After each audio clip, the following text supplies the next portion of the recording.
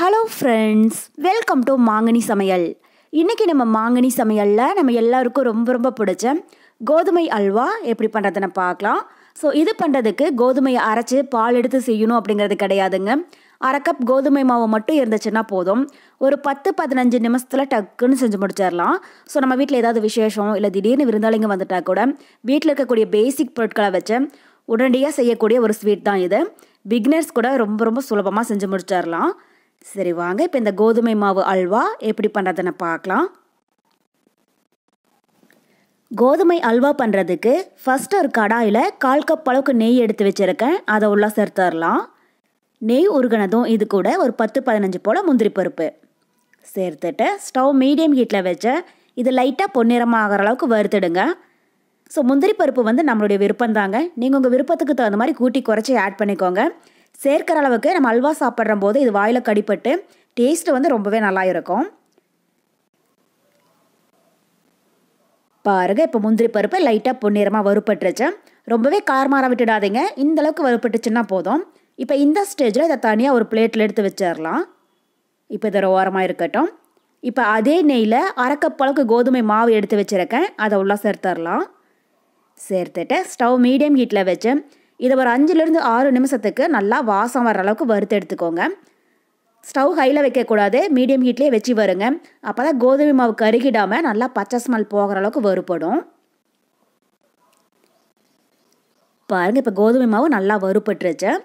இப்போ இந்த ஸ்டேஜில் ஸ்வீட்னஸ்க்காக 3/4 கப் அளவுக்கு சர்க்கரை எடுத்து வச்சுருக்கேன். அதை உள்ளே சேர்த்துடலாம்.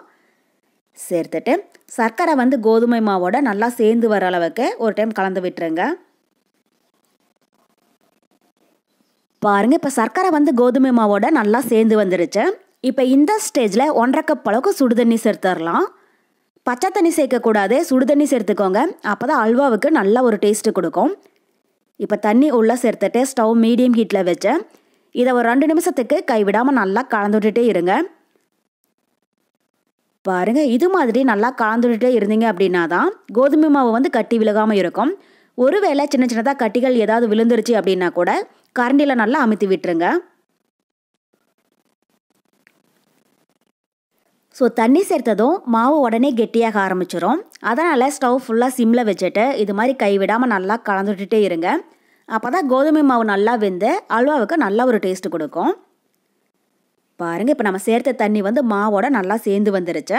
இப்போ இந்த ஸ்டேஜில் ஸ்டவ் ஃபுல்லாக சிம்மில் வச்சுட்டு நம்ம சர்க்கரையை கேரமலைஸ் பண்ணிடலாம். அதுக்கு ஒரு கடாயில் 1/4 கப் அளவுக்கு சர்க்கரை சேர்த்துக்கோங்க. சேர்த்துட்டு ஸ்டவ் மீடியம் ஹீட்டில் வச்சு இதை லைட்டாக கலந்து விட்டுட்டே இருங்க. தண்ணி எதுவும் சேர்க்க வேண்டாம். கடாயுடைய ஹீட்லேயே சர்க்கரை வந்து நல்லா இலகி வந்துடும். இது மாதிரி இந்த கோதுமை அல்வாவுக்கு நம்ம சர்க்கரை கேரமலைஸ் பண்ணி சேர்க்கிற போது அல்வாவுக்கு நல்ல ஒரு கலரும் அதே அளவுக்கு டேஸ்ட்டும் ரொம்பவே நல்லா இருக்கும். உங்களுக்கு ஒரு வேளை கேரமலைஸ் வேண்டாம் அப்படின்னாலும் இந்த ஸ்டெப்பை ஸ்கிப் பண்ணிவிடுங்க. பாருங்கள், இப்போ சர்க்கரை நல்லா கரைஞ்ச கேரமலைஸ் லைட்டாக கோல்டன் ப்ரௌன் ஆகிடுச்சு. ரொம்பவே காரமாற விட்டுடாதீங்க. இந்த அளவுக்கு கோல்டன் ப்ரௌன் ஆச்சுன்னா போதும். இப்போ இந்த ஸ்டேஜில் ஸ்டவ் ஆஃப் பண்ணிவிட்டு இதை நம்ம அல்வாவோட ஒன்றா சேர்த்துடலாம்.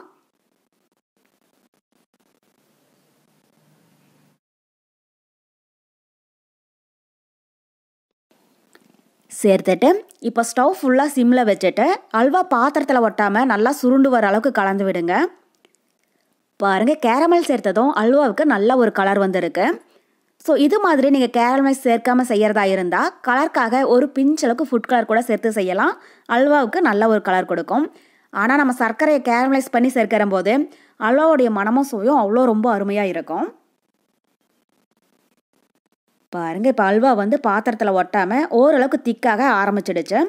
இப்போ திரும்பவும் இது கூட 2 டேபிள் ஸ்பூன் அளவுக்கு நெய் சேர்த்துடலாம். சேர்த்துட்டு இதோட டைம் லைட்டாக கலந்து விட்டுருங்க. நெய் வந்து அல்வாவோட சேர்ந்து வர அளவுக்கு.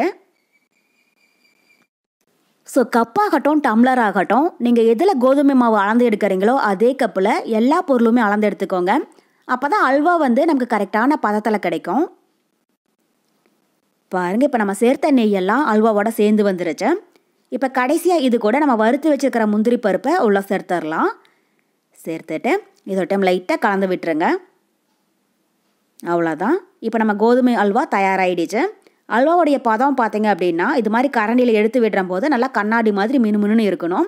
இதுதான் அல்வாவுக்கு கரெக்டான பதம். உங்களுக்கு பார்க்குற போதே தெரியும் இந்த அளவுக்கு இருக்கணும். அவ்வளோதான். இப்போ இந்த ஸ்டேஜில் நாம் ஸ்டவ் ஆஃப் பண்ணிடலாம். அவ்வளோதான். நம்ம எல்லாருக்கும் ரொம்ப ரொம்ப பிடிச்ச கோதுமை அல்வா ரொம்பவே சூப்பராக தயாராகிடுச்சு. ஸோ கண்டிப்பாக நீங்களும் இதே மெத்தடில் இதே அளவுகளோட இந்த கோதுமை அல்வா செஞ்சு பார்த்துட்டு எப்படி இருக்குன்னு கமெண்ட் பாக்ஸில் சொல்லுங்கள். என்னுடைய இந்த ரெசிபி வீடியோ உங்களுக்கு பிடிச்சிருந்தா லைக் பண்ணுங்கள், உங்கள் ஃப்ரெண்ட்ஸுங்க கூட நிறைய ஷேர் பண்ணுங்கள். மறக்காமல் மாங்கனி சமையலுக்கு சப்ஸ்கிரைப் பண்ணுங்கள். நன்றி.